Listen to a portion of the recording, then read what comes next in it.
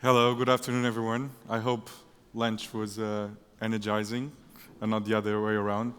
Let me start by making a couple of questions. Who here in the room and also at home, if you're following online, please look alive and interact in the chat. Who here is a startup founder?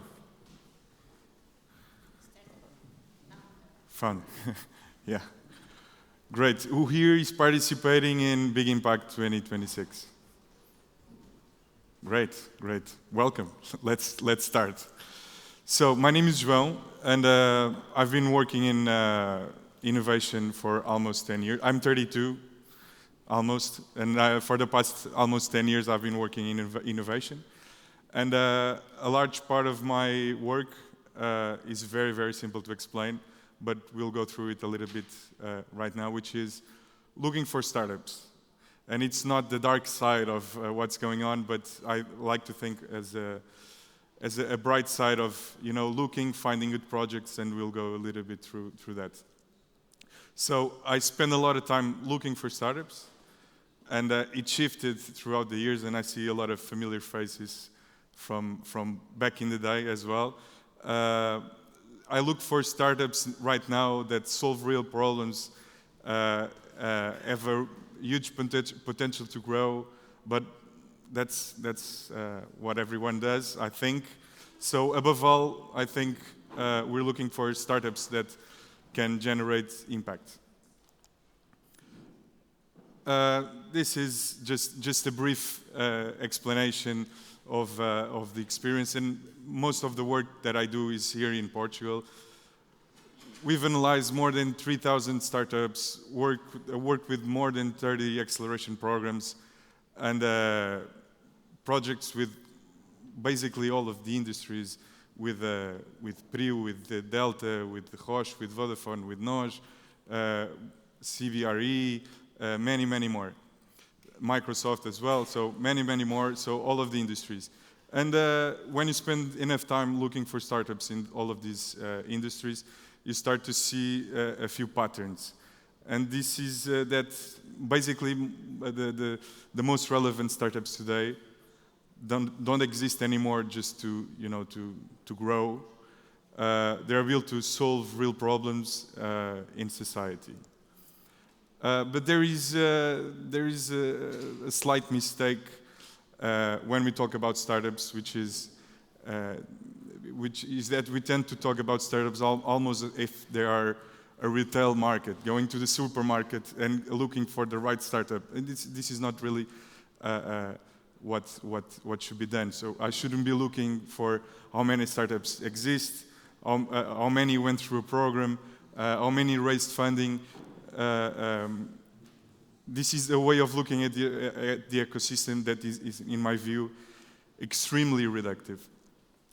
Because a startup, especially nowadays, is no longer a KPI, is a person or a small team or a group of friends that decided to start taking huge risks and put a lot of their life on the line.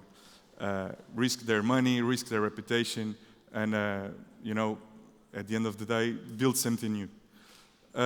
So to summarize, I think startups are not a pipeline. Startups, they're trying to solve different problems. And what really matters is, in my view, that they can generate value, the impact that they can create, and the potential that they can reach with the right support. This is where the concept has become increasingly more important appears, which is social first. And talking about social first, of course, people tend to think about what kind of charity are startups building. We're not talking about charity at all, although some projects might be dealing with that. We're talking about companies that have sustainable economic models. But the reason to exist is to solve social or environmental or economic problems, and to drive that challenge, that change. In other words, impact is not really a side effect, in my view. Is the core? It should be the core of a business, and these startups that have in mind the social first aspect, and more, I would say most of the most relevant are now like this, are addressing structural challenges such as education, inclusion, healthcare, sustainability, access to services. It might be technological or not, since we are in a big technological event, and also education, reskilling, future skills, etc. And if they actually succeed, something very important might happen, which is they generate social impact, even if it's just through generating jobs and opportunities for people, while also generating economic and financial value.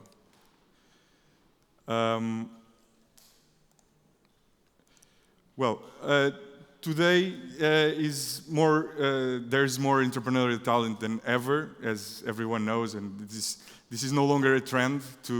Startups are no longer cool and a trend. It's going back to what I said. It's something that people are building, and right now more and more are growing and building every day.